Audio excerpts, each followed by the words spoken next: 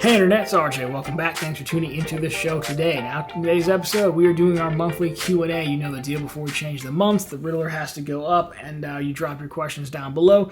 We answer them the way they come in. We've got everything from where would you go on a lengthy vacation, should I get this credit card, that credit card, the cards that I'm using. I think we even get into like peanut butter jelly sandwiches, believe it or not. It's always a good time. Of course, we go long here, so chapters 2 will be down below. Feel free to skip around as your heart desires. But, of course, with that aside, go ahead, press the subscribe button, and let's get to work. So, batting lead off with Leo. Handsome RJ. Now, we're starting off very strong, I see. But he is a drunkard, though, so we don't know how far gone he is right now, in fairness. But I appreciate it nonetheless. A question about the Citi A Advantage Executive Card. $120 statement credit for Avis or budget car rentals. Do I need to book a car rental through AA to get this statement credit? He would prefer to book directly because booking directly is generally better and easier. And so I looked at it before this. I read it. To me, it looks like you should be able to book directly, and as long as the purchase codes as a Avis or budget, it should be fine and credit you back. And as you said, the best part is it looks like it's $120 and you could use it all in one go. I didn't see any weird Amex-y type rules where it's like doled out quarter to quarter, month to month. So that is super helpful. So the way I interpret that is you should be able to book directly with it, just like the Lyft credit I believe it has as well, where you can pay for it directly and you're good to go. Of course, I don't have the card myself. It's much too expensive for a peasant like myself. But if anyone knows differently, let our guy know down below. But I think you should be able to book directly. So safe travels, and don't let all those metal credit cards get you tripped up at TSA, my friend. Nathan Cashback with that beautiful channel member logo next to his name. We thank you for it, sir. What's your opinion on banking with a large bank as opposed to something like a local credit union or community bank? I know you personally have said you bank primarily with Ally and Chase. Is it easier? So yeah, kind of, sort of. So I think it's more so down to personal preference and sometimes product based, right? So larger banks, they have their cons. Customer service usually isn't as good. Risk tolerances are much higher. For example, I signed up for some credit union. I don't know where it was. I think it was in Louisiana, right? Not exactly local, but still a local type feel.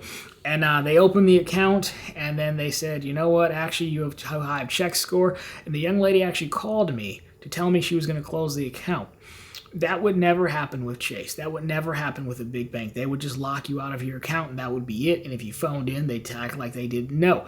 I had scheduled a $500 credit card funding there, and I was like, what was going to happen to that? She's like, oh, well, you know what? I'll leave your account open till it hits.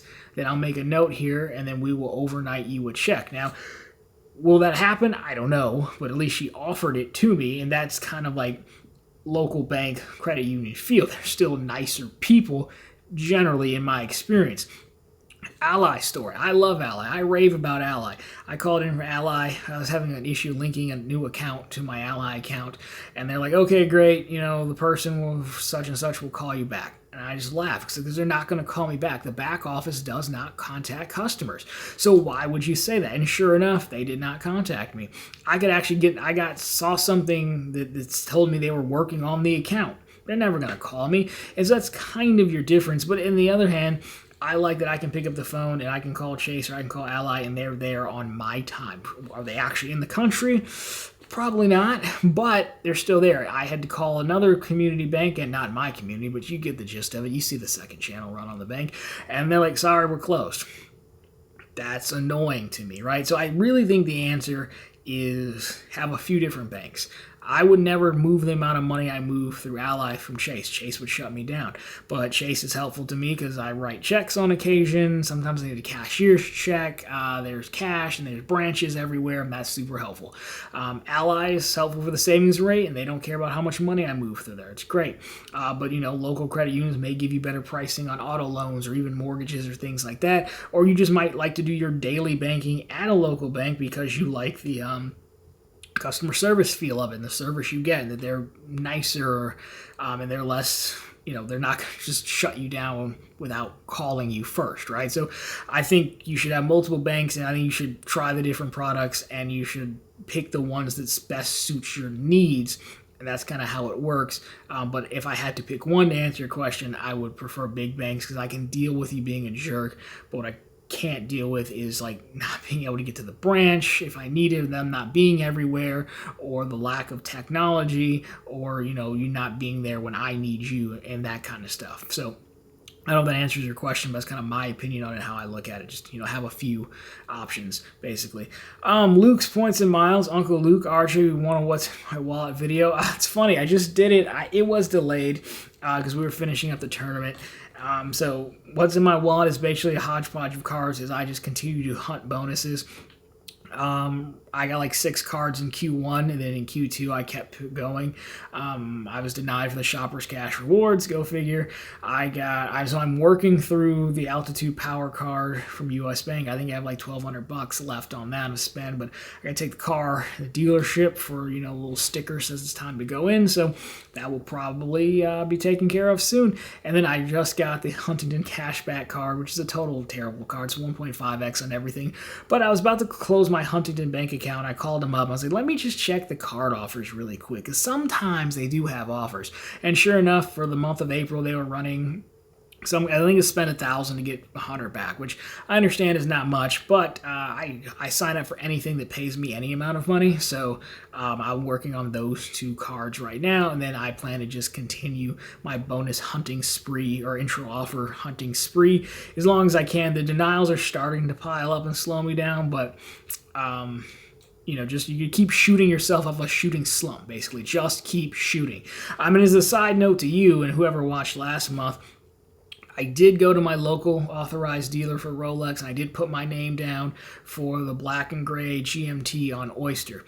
I don't think they're actually ever going to call me, but I actually did go put my name down, and the young man did enter it into the computer, not directly into the trash, so maybe I'll get a call at some point. They also couldn't find my record of when I bought the Sea Dweller, which was concerning, so it's basically I bought nothing from them. I'd also had a watch service there too, and nothing. So I'm starting from zero. Do I think they'll call me? Probably not, but you did ask, so I did put my name down. So maybe when you get that Air King, we'll be able to take matching shots. Maybe. But good luck to you and to me as well. I'll keep you posted, but it's probably going to be a while. DJ here, has it ever dawned on you that the average bank account bonus churner makes more per year than a bank robber? I believe the average bank robber gets less than $3,000. The real question is so you heard me talk, and you're like, you know what, he makes some points, but let me just double check this, because I also have the ski mask that I'm not using in the winter, and I could just knock over this Huntington Bank next door, and then you found out it was $3,000, you're like, all right, fine, I guess I'll take off my mask and subscribe.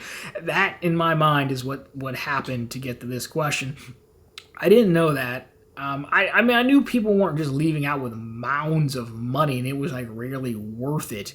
This isn't like the DB Cooper days or whatever. So I didn't think they were getting tons and tons of money. I thought it would have been more than $3,000. But the average person you see rob a bank, I think we're past the days of Ocean's 11 type robberies and stuff, unless that was always just in the movies, or the DB Cooper thing again. But now it's just kind of like lazy smash and grabs for some dudes. So I guess it's not too surprising, but all right, which is another reason to check out Run on the Bank and ProfitfulContent.com. So there you go. Don't go to jail. Just press the subscribe button. Thank you for the fun fact. Evan Gibson, next up. Should I get the Wyndham business card? Sure, why not? I don't know. A little bit more context of what you're trying to accomplish might help, but I do believe the Wyndham card has a higher offer than normal. I know someone else just asked me, they were comparing this card to something else, and I think I told them to get the other card because that offer they were looking at expired sooner, but the Wyndham card still has its elevated offer. I don't see why not. I still remember the video Ben Hedges, the credit chief, who did where he status matched everything with the Wyndham card. I don't know if you can do that anymore, but it's a business card. I see no harm in it. High intro offer, why not? I can give you more because I don't exactly know what you're trying to do with it, but sure, I hear good things about it. So yes, I say approved. Go get it. It's inevitable. If you had 5 days to travel anywhere, where would you go? See, I'm a bad vacationer because I really hate sitting still. We gotta have like an itinerary. I still wake up at 5, go train, and then we're out doing stuff, right? So I think I would have to go someplace. I guess I'd go overseas, go to Europe, because you can bounce around to a bunch of places.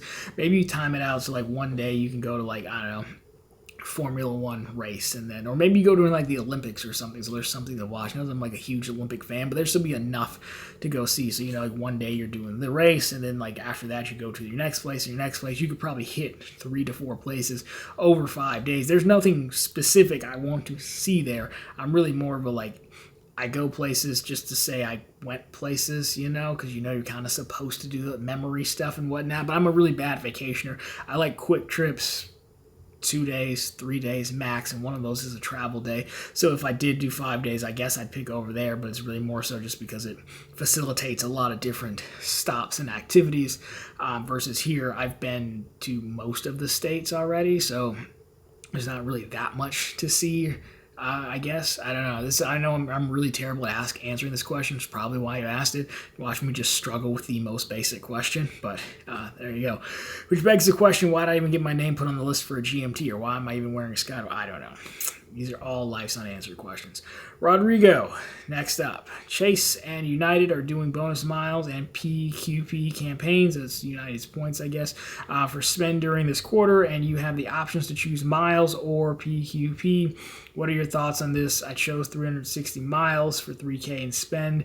I mean, I heard you can go way higher, up to 10K in spend. I mean, I think it depends on like what your status situation is, right? Like PQPs are like their way to hit status, like Delta has like their, MQDs and whatever, right? So I mean, like if you're seriously like about to do enough travel, enough spend to like hit a status or maintain a status, then I think you go with the PQPs, provided you're getting value. One of the things I don't necessarily track super well with airlines is, what does status equate to? I mean, I know there's like the cool things where they pull up and they take you from the the jet bridge and the Porsche to like your other terminal. Like I've seen that before, but outside of that, I mean, you're just kind of hoping for upgrades. And I don't know a ton about United, but I know like Delta has hey, here's our prioritization list of upgrade factors. So even then, I think it's still hard to put a price on status, but most people get status because they're doing it for work so much, so you don't really have to put a value on it because you're expensing the spend anyways. So all that to answer your question is, if you're really close to status, I think you go for the PQPs. If you're like, hey, I'm just traveling and I don't want to spend money, then I think the miles are probably the way to go. The miles are probably the way to go for most people, I would say, because it's really hard to hit status, and it's hard on purpose, again, unless you're like the consultant sales guy type deal. So that's my thought, but again, remember who you ask. So I think, do the math, but I think you're probably, miles is probably the way to go for most people. Jimmy James here. Can you come up with a travel doing better than the Capital One, Venture X, and Saver One? I mean, it's a really good duo. It's not Chase, because you said duo, so it's not Chase, because it's just not. It's not American Express, I don't think. I mean, I guess you would have to add some qualifiers. Are you prioritizing earn rates? Or are you prioritizing, like, features and benefits, right? Like, that would be the one thing. I mean, I would send out in contention, I would send out the autographs, the journey. I think I might be in the minority here of people on TV, but I'm a really big fan of the autograph journey card. I think it brings so much for $95, and the fact that airline credit can be used directly with no silliness, and for $50 that you get a good set of travel multipliers, and it's complemented by the free autograph card, which is a bunch of other 3x multipliers. Then you really just get into the debate of like, all right, what is lounges worth to you? The Venture X does get you 2 back on everything. You need to bring in the active cash to get 2 back on everything, which is no longer a duo, it's a trio. I like the Journey card. If you don't care about lounge access and stuff, well, I mean, I guess the Venture X still wins, because like if you use everything, which is not hard to use, I think you come out like plus $5. So on that level, then you're like, sure, why not? But I would contend that until we see something from Citi, Wells Fargo, for me, because I don't want to do this silliness, I know their transfer partners aren't that great as well, but for Capital One, again, you're probably doing more portal stuff anyway. So I would send out the Wells Fargo autograph cards. I think they're good, but I could see why people would not like them for the transfer partners in such. But again, I would be fine just getting high earn rates on planes and hotels and then cashing out. Like, I would be fine with that. So for me, I'd go that way. I wouldn't say you're wrong. I'd go so far as to say you're right. I'm just heavily biased. So I don't know. I think that works. Average Joe, RJ, Apple or Goldman drop savings APR. I know it's not a lot. Who's responsible for the drop if you had to guess? I don't know the answer. I would guess there's some sort of... I think Goldman's probably in charge, but I think there's probably some sort of agreement in place where they have to stay within X basis points or percentage of an average of the competitors. That's what I would guess. Because Goldman still has the Marcus account, which does high interest rates. So it's not like this is a foreign concept to them. I mean, it's probably on the back end, it's probably a copy paste of the Marcus account, just rebranded in Apple and put in the phone. So I would imagine there's some sort of agreement that says, yeah, you can't drop it. They're not going to put a rule around it, like you can't drop it, period, because it's up to the market almost. But I think there's a rule around it. Just the way there's probably Goldman has an upper limit in there, because you're talking about local banks. I had a CIBC bank account that was 5%. There's plenty of accounts that are 5%, but this one never got that high. So there's probably an upper limit to it, and then there's probably like, hey, you have to stay within this competitive price tier, or you have X amount of days to respond or say why you're moving it or not moving, or this much of a change would trigger you to increase this much. I imagine it's something like that, but I do think Goldman would be in charge since it falls on the finance, and I don't think any external company, partner, or vendor can come in and just dictate rates. That'd be my guess. If you're looking for the most bang for your buck, again, I don't think they have the bonus anymore, but there are 5% accounts out there. And if you have a ton of money, then I think Capital One's running a savings promotion again, where you get like 4%, 4.3% something APY plus the actual bonus as well. I think we've got it on Profitable Content. So that might be the best way to get bang for your buck, is go through the bank promotions when they have savings ones that are offering APY plus, the bonus, because CIBC is over, but when I did that one, it was 5% plus. I think they paid you a $500 bonus for like $50,000. So that was almost, for like a 3-4 month lockup, it almost came out to be $1,000 round trip. So you might want to consider playing it like that as well. But yeah, that'd be my guess on how the agreement actually works, but I don't know for sure. Grand Moff Tarkin himself, will all the changes in the credit card game and all the rules to remember and follow for bank accounts? I guess my main question is, does grape or strawberry jelly go on PB&J? Can you imagine, because his little avatar is like Tarkin, like, can you imagine you're about to fire the Death Star and he's just like, where's my jam at? Where's my jelly at for my sandwich? It's funny. I used to eat a lot of peanut butter sandwiches. I was like, wouldn't even bother with jelly. I'm just like, that's an extra. Just throw on the peanut butter and smash it down and be fine. I guess if I go to like Coney Island, there's toast, I'll use the grape. So I guess I'll go with grape. But then you get to the debate of like, which one goes on first? Do you put one on one bread, one on the other, and smush them together? Do you put it on the same bread? Do you use the same knife? Even some people say no. Me, I don't want to clean 2 knives. That seems like extra effort. So I would say grape personally. I would go with grape. I haven't had one of those in a long time, but yes, I would go with grape jelly. All right, The Artist. What are your thoughts on Matt Clausen's speculation about a possible relaunch of the Chase Marriott Business and Ritz Carlton cards? I don't want to be rude and say I don't know this. I just haven't seen the video. I think it's possibility, because they basically told us, so for you to be a company and like keep a product alive, you still have to keep a product team dedicated to that. I don't know if credit cards are broken down to like each credit card has its own product manager and product owner and team, or it's like the Marriott line has a product owner and product manager. That would make it a little bit easier. But remember, anytime you update rules, update pricing, update accounts, that's still someone who has to test it, validate those rules, those terms, everything works on that product, right? So for them to keep it around this long, and for them to go back and reissue the metal cards without people asking, people wanted the metal card back, but they just gave people metal cards without them requesting new ones, means like it's going to be around for a while. Will they bring it back? The thing is, I don't know who gets to say, like, did Amex say, hey, or did Marriott say, hey, you're retiring this one because we want the high end to be with Amex? Did Amex say, well, fine, we'll do this, but they got to get rid of their high end one? I don't know. There's a lot of questions we just don't have the answers to. I think they should bring it back. 'Cause I think the Ritz card, especially now with the Brilliant being so expensive, I think the Ritz card's probably the better card. I mean, for me anyways, at $450.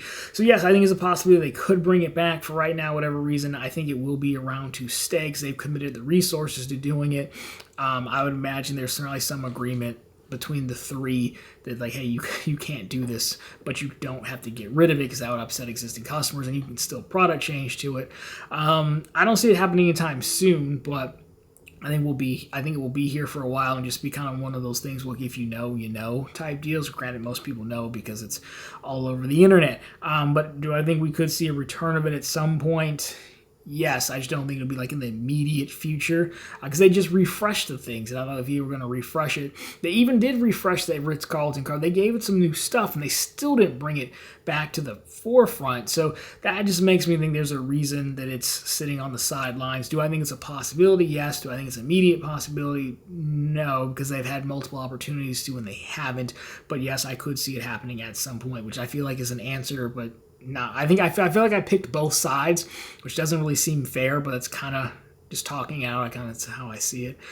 Sean, what's up? What's your favorite Cadillac model? Do you like the looks of the newer Cadillac cars? I want to find a nice, lightly used 2019 XTS and drive it till it dies. I'm not a fan of the interior of the CT4 and the sportier body style. I mean, I have an ATS. I like it. It breaks a little more than I would care for, but, that's fine. I mean, it also could be me. Bad luck. So, I mean, I would get another one. I drove a CT5 for, like, months when the pandemic first started because they couldn't find parts, and they're like, just keep it. And I just drove a CT4 for, like, 3 months. It's very comfortable, very nice. I like the CT4. I like the smaller cars because you can just I drive the way you would want to drive a smaller car. So if I had to do it again, I would probably get a CT4. You pick anything. The CT5 and like the Blackwing variant is totally unnecessary and overpriced to spend like over $100,000 on a Cadillac, but I've seen it and it is cool. So I mean, I would say my favorite Cadillac. I like mine. I really wanted the ATS V, but it was like way more money for not a lot of added benefit, but it looked a little bit better on the front end, and but the inside looked the exact same, but it was like 25 more grand.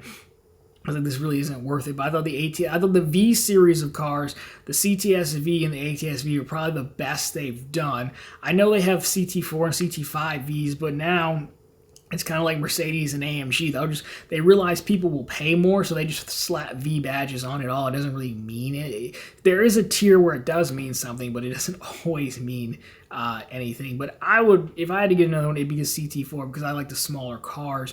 I thought the CT6 was nice too, but it's just way too big for me. If I was going to go that big, I would just get a truck. XTS was that. I remember that one. I mean, why not? I like used cars. Mine was used. I was the third owner of my car, so that's what I would pick. I mean, just make sure you get the right color in black, all black, of course, and you'll be good. But I would do the CT4. I didn't mind the interior so much. It wasn't as cool, but I liked it. I like more so how it felt. It was comfortable, and you could tell it was an improvement on the old one, which is what you like to see. So that's what I would go with. I probably would get another Cadillac again. I like them. All right, Red Sox Nation. I'll show you this November. Do you think there will be more or less election fraud than in 2020? Oh, there'll probably be so much more, man. So much. Not even for the reason you think, but probably just like people want to troll people now. Other countries may want to troll us, and we've made this thing into so much pageantry and silliness. It's basically a reality show that, I think there'll be something. Do I think it would directly impact the election? No, but I think there'll be, like last time there was like this news crew moving a red wagon, and then people freaked out. I was like, oh my gosh, they're bringing in votes. Like, I think you'll see stuff like that happen for sure, because it's basically just become this thing. I think, people will troll. People will try to like stir up things and get headlines start. I think you'll see a ton of that just for the sake. I mean, there's already robocalls telling people not to vote and such. I think you'll see all of that kind of stuff going on 100%. Do I think it's actually going to be rigged voting machines? No, I don't think that's going to happen. But the dudes will be making a scene. I think they had one place I saw, like, just for primaries where people were hanging up fake security cameras by voter drop-off boxes. And, like, I don't know. On one hand, I'm like, who's intimidated by that? But there were people who were like, I'm intimidated. I was like, that's kind of soft, honestly. Or you had dudes who would show up in full tactical gear, no weapons, but full tactical gear and just sit in a lawn chair. People would be like, I'm so intimidated. Like, really, then you're kind of soft. I don't know about that, but I think you'll see stuff like that. It might even be you, honestly. I wouldn't be surprised. If anyone sees a guy in a Red Sox hat, I feel like he'd make a disguise. He'd take off the Red Sox hat, put on a Yankee hat, and you'd never know who it was. It's like wearing camo. All right, next up. Do you think we will see the replacement to the Citi Prestige this year? You mean the mythic Strata cars that they like teased forever and we haven't seen because they were like delayed and then they canceled them? We're moving into May. We haven't heard anything. If you wanted to release a travel card, I feel like this is the time to do it when people are getting ready to travel. Maybe mid-spring, mid-summer, I guess. But no, I don't. Because, I feel like we would have heard something by now. Rumblings, rumors. And for them to be, we heard the rumors that, hey, they were pulling them and delaying them. For what? We don't know. So no, I don't. I think we know, because you'd want to do what Wells Fargo did. Like, hey, right before the spring, I recommended that card to my boss because she's like, I'm going to go a bunch of trips. I'm like, you should get this card because it's an easy spend bonus and you can get some miles or whatever. So I think we're running out of time before they'd want to. It doesn't sound like a lot, but product launches do take time to organize and everything. So I also don't know if Citi cares that much. It's because it's always Citi's. I've always said it. Citi could be amazing, but then sometimes Citi decides they don't care, and then nothing ever happens, right? So I could see that as well. But now I feel like we would have heard something by now. I want to be wrong, but it would be too optimistic to say, like, yes, we'll see them. I think we've kind of forgotten about them, really. Badger here, a few more left. RJ, with all the bank account bonus hunting you've done, how was doing your taxes this year? Tedious? So kind of, sort of. So I was going to have this guy do it that I met at the gym, but then he's an actual tax accountant, runs his own shop. But then, like, I reached out to him in March, and he's like, great, upload your information here to his company. I did. And then he messaged me like on April 15th. He was like, hey, I'm going to file an extension for you. I was like, dude, don't worry about it. I already did it. So I'm going to wait to the last minute. I asked you in March to get me on the books. So I did them myself. I used TurboTax. The 1099, so I just take a picture of them all, put them in a folder, then drag and drop them. And for the most part, that part wasn't really that bad.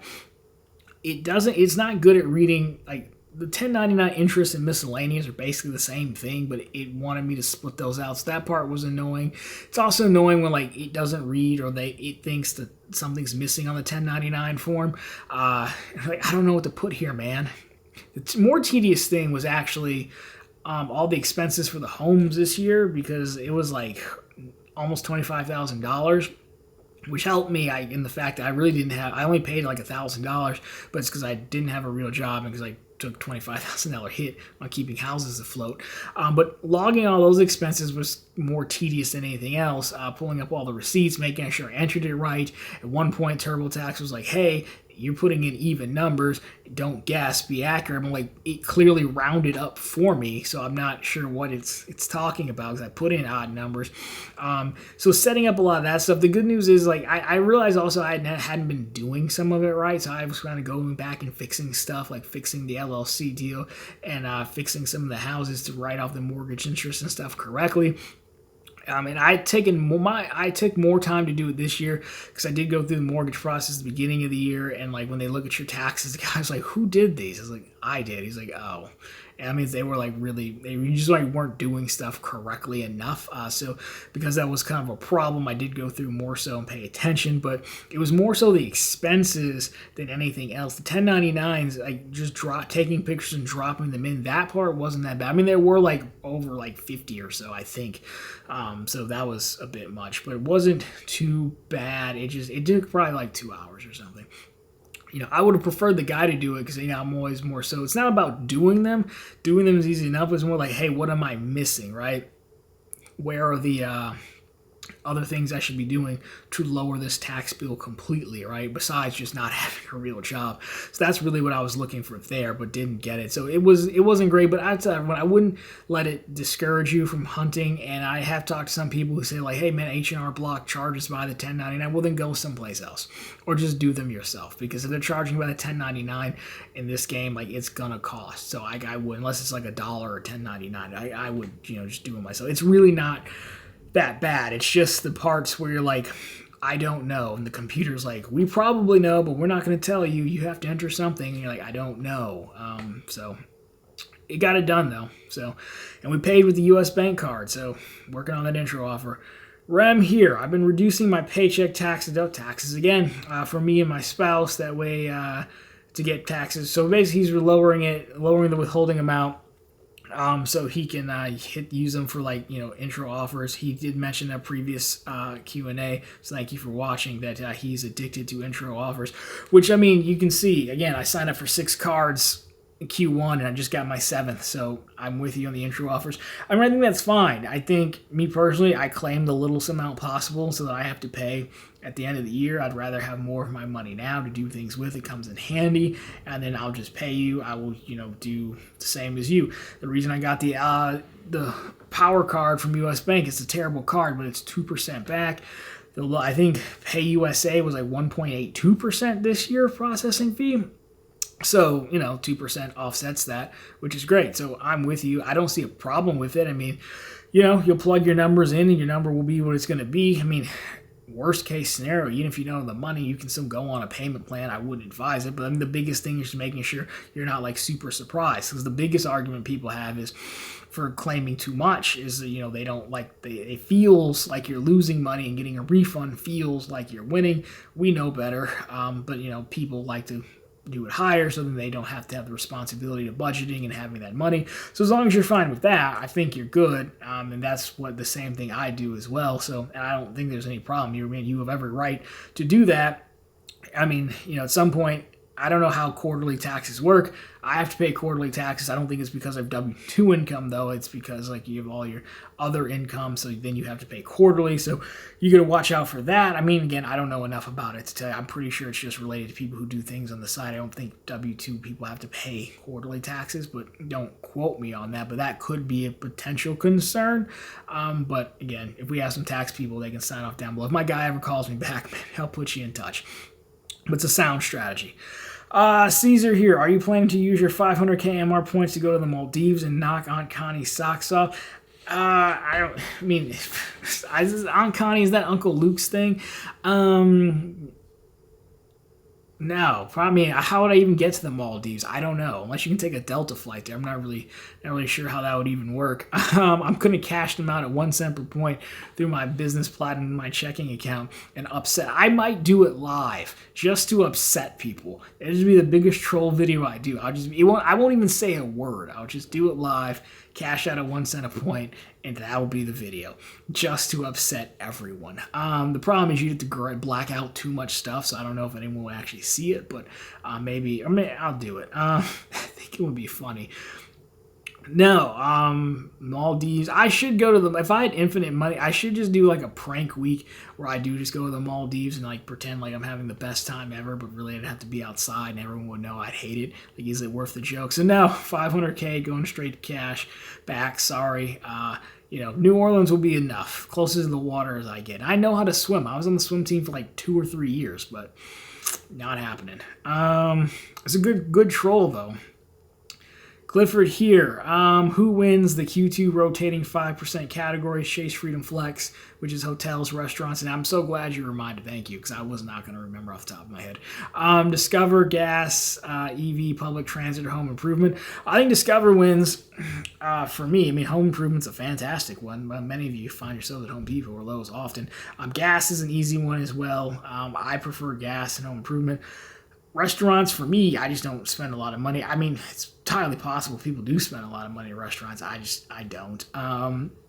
Hotels, I think most people here would have a dedicated hotel card that they prefer to use anyway, so I don't think that's a big win for people. Plus, you can book through the portal and get 5x back anyways through the Chase Ultimate Rewards portal. So like not the biggest need in the world there. And I feel like a lot of people would do that who don't have a dedicated hotel card. So there's that. And Amazon has its own card. Plus you can get Amazon gift card. So I would say Discover for me, which I don't have a card, but out of those categories, I think I prefer Discover's choices. But of course, yes, I'll go with that. Final answer. Last one. Is it the last one? I should refresh this before I say that. Yes, last one. Mr. Brady Smith with another channel member logo. We appreciate your support, sir. First off, can we get an update on the female situation in regards to that shiny business platinum card? Any luck? Second question. After seeing how we all hit M1 Finance with their crazy promo and their subsequent fee increase, do you have a favorite story on how banks have changed their ways after being hit hard? That's a good question. Well, it turns out if you get metal card, that's only half of it. You still have to be able to want to use metal card to impress people and take them out. That's, I think, where I fell short because I'm like, great, here's a metal card. And I think I told the story. I used to, under my armrest, keep like a stack of like chain restaurant gift cards. And you could pull out the gift cards and be like, here you go. We can go wherever you want to eat as long as it's a gift card that I got 5% back at from buying from the grocery store. So we came close. We had a gold card and a platinum, but even those combined were not enough to get us through. So now it's just me. But if you want to go to dinner, you let me know. That'll be a prize one day or something. That's not a prize. Second question. So M1, it came out and they said they raised their fee. They made their whatever they call it, their perks of M1 Plus free, but now there's a fee on the account unless you have 10 grand under management. And they had a 250 and 250 offer in the beginning of the year, and we hit them pretty hard. I think I made like almost 8 grand in referrals from that. And so if you take that and double, because everyone else got 250, they completed. That's like 16 grand just for like one post and one video. Who can imagine what you add the numbers from the doctor of credit and such in there? So I mean, there's a few. I think the most notorious was like Yield Street. Where like theirs was like sign up, link a bank account, we'll give you like $200 and you could refer 10 people, and they just decided like they weren't going to pay, but then eventually they caved and they paid. There was one brokerage, I think it was called All of Us. It was like sign up, deposit $50, and we'll give you $100 or something, but you had to leave the money on deposit. So like a month later, they just send out messages like, hey, you can take your money and leave. It was deposit $1 and they'll give you 50. And but the money had to stay on deposit for like 6 months, so you would trade with it. They just gave up and said, "Here you go, leave." What else? I think the most infamous one was probably Teachers Credit Union, though. Because like Teachers Credit Union did, it came out on it was like Memorial Day or something, like the weekends, a long weekend, and it was like you got $5 grand in credit card funding, and then you could turn around and refer people instantly, and a few other things. And so everyone was funding like $5,000 in credit cards. And then they got creative with it because you had to get a debit card, and so they locked people's accounts without telling them, back to our original post. Then they also sent out debit cards, but because your account was locked, you couldn't actually activate the debit card. So they waited like a week.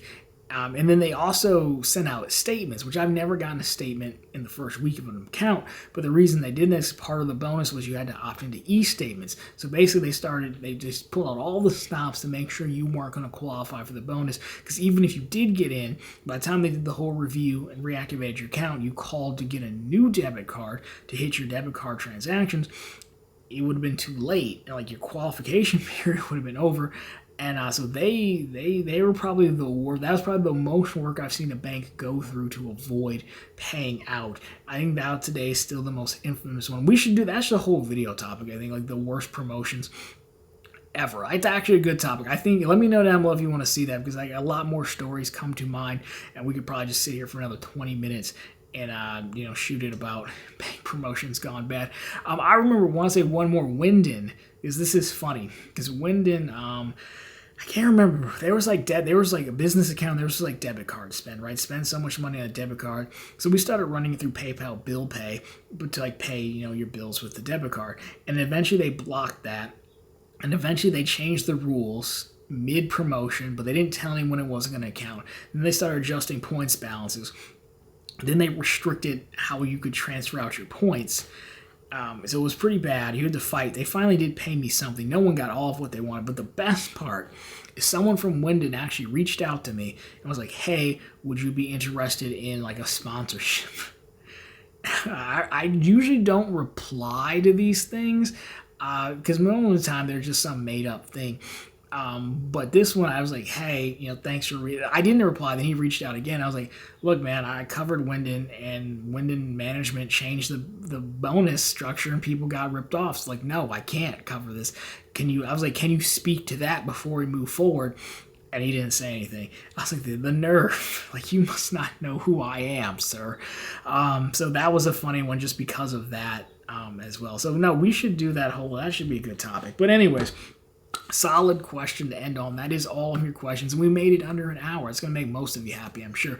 But anyways, guys, that's going to do it for this Q&A. So, of course, if you liked it, consider dropping me a thumbs up down below, and consider subscribing to the channel. We're posting content just like this every single week, and right back here every Sunday with all the news you can use in the week that wasn't credit and finance. And, of course, every single day over on ProfitableContent.com. We have the latest news stories. We have plenty of bank promotions where you can hopefully avoid some of these stories, or you'll get some if you play long enough, and you can share too. And, of course, we have credit card offers. So if you're interested in just being a bonus hunter, signing up with some of the things we talked about, that is a great place to start. Always linked down below for you and on the channel homepage. Anyways, guys, thank you so much for watching. I'll talk to you very soon in the next one.